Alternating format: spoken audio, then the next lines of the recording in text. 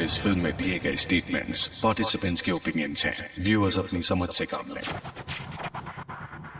मैंने पुतिन की आंखों में देखा और मुझे दिखा एक स्टोन कोल्ड किलर।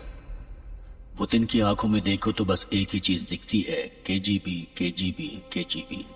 पुतिन के खिलाफ काम करने का मतलब है जानबूझकर अपनी जान को दांव पे लगाना। अगर व्लादिमीर पुतिन मुझे मरवा सकता, मतलब कि खुद के ऊपर इल्जाम लगे बिना, तो मैं कब का मारा जाता।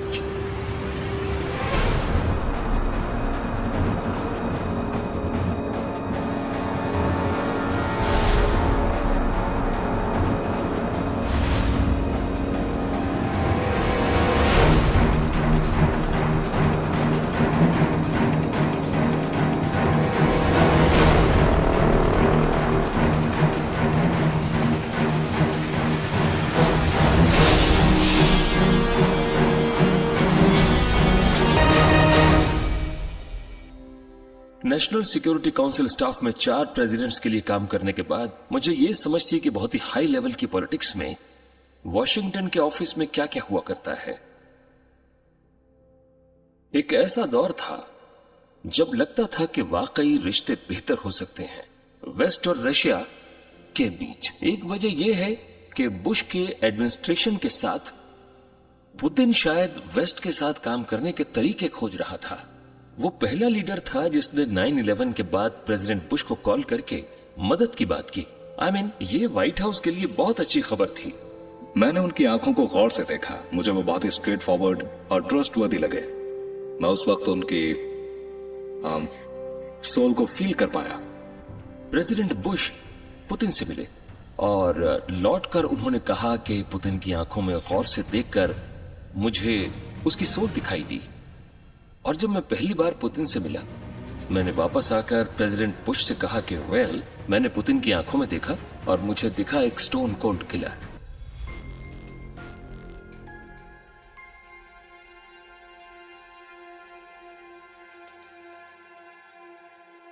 मैं रशिया के चप्पे चप्पे से वाकिफ हूं।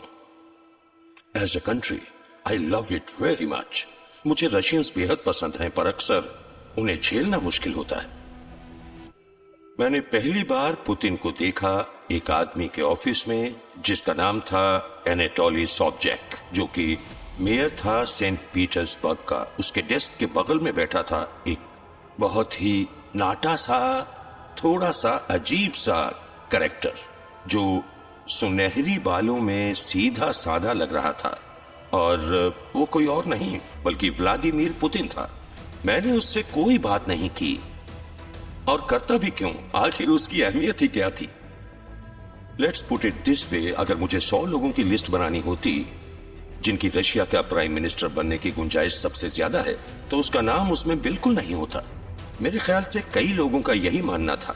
ये बड़ी हैरानी की बात है कि पुतिन इतनी तेज रफ्तार से तरक्की कर गया।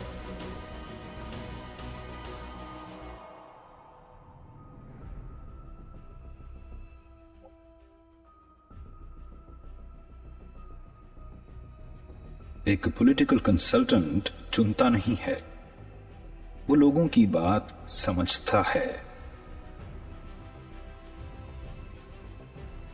मेरा क्लाइंट था क्रेमलिन का येल्सिन, और येल्सिन का ऑब्जेक्टिव था उनके एग्जिट के लिए एक आइडियल सिचुएशन क्रिएट करना। लेकिन हैरत की बात तो ये थी कि हम येल्सिन के सक्सेसर के बारे में परेशान थे, और खुद येल्सिन को भी कुछ समझ में नहीं आ रहा था। मेरा मतलब, हमारे सामने सवाल ये था कि किसी के लिए इलेक्शन कैसे जीता जाए। अगर येल्सिन हमारे पास किसी औरत को या सीमैन या वर्कर को लाकर कहते कि ये है वो, तो हम फौरन कह देते कि great, we will choose him. वो हमारे पास पुतिन को लिया।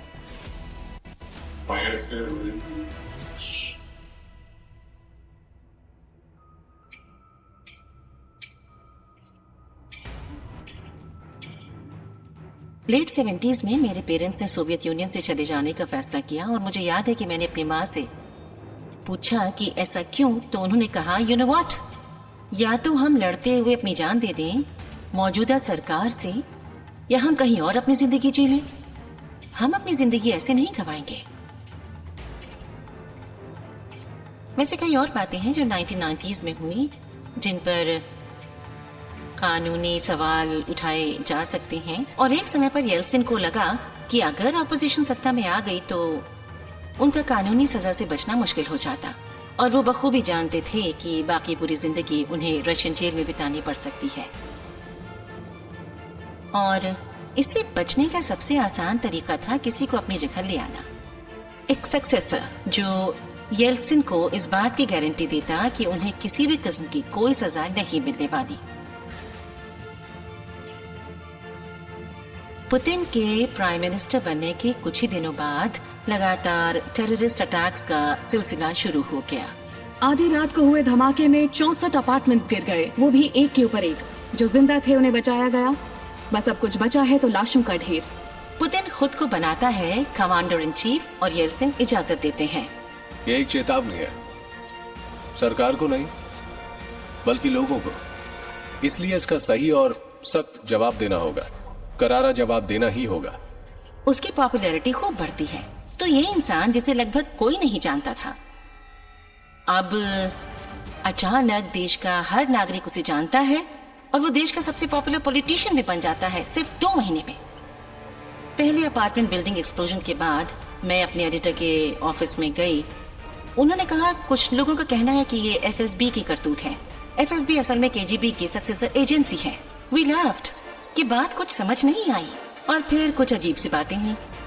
एक बार एक लोकल पॉलिटिशियन रशियन पार्लियामेंट में बोल रहे थे तो उन्होंने बात की वोल्गोडॉन्स्क के कैटास्ट्रोफिक एक्सप्लोजन की। हैरानी की बात यह थी कि ये अनाउंसमेंट धमाके से पहले हुआ था, 3 दिन पहले। तो 6 महीनों में मैं ये सोचकर हंसने से कि ये एफएसबी की करतूत हो सकती थी, मैं अब ये सोचने लगी थी कि यही सबसे सही एक्सप्लेनेशन हो सकती है पुतिन को एक अनजान शख्सियत से देश का सबसे पॉपुलर पॉलिटिशियन बनाने का।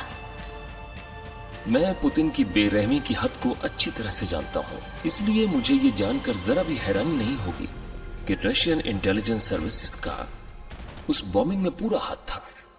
अपनी ही अपार्टमेंट बिल्डिंग को उड़ा देना, इससे वाहियात बात क्या हो सकती है। आज लंदन में अथॉरिटीज ने बयान दिया कि farmer KGB spy Alexander Litvinenko, जिनकी मौत कल हुई, असल में एक रेयर और जानलेवा रेडियो एक्टिव पॉइजन से मारे गए हैं।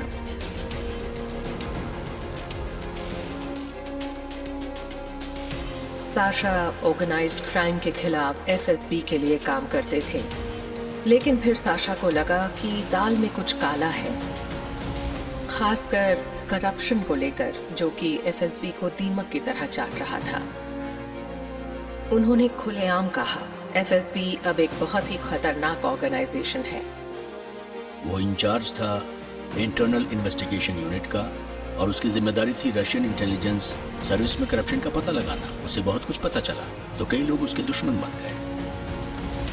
मैं इस नतीजे पर पहुंचा हूं कि मिस्टर लिट्विनेंको की हत्या के एफएसबी ऑपरेशन की इजाजत मिस्टर पट्रूचेफ ने दी थी, जो तब एफएसबी के हेड थे, और इसमें उनका साथ दिया प्रेसिडेंट पुतिन ने।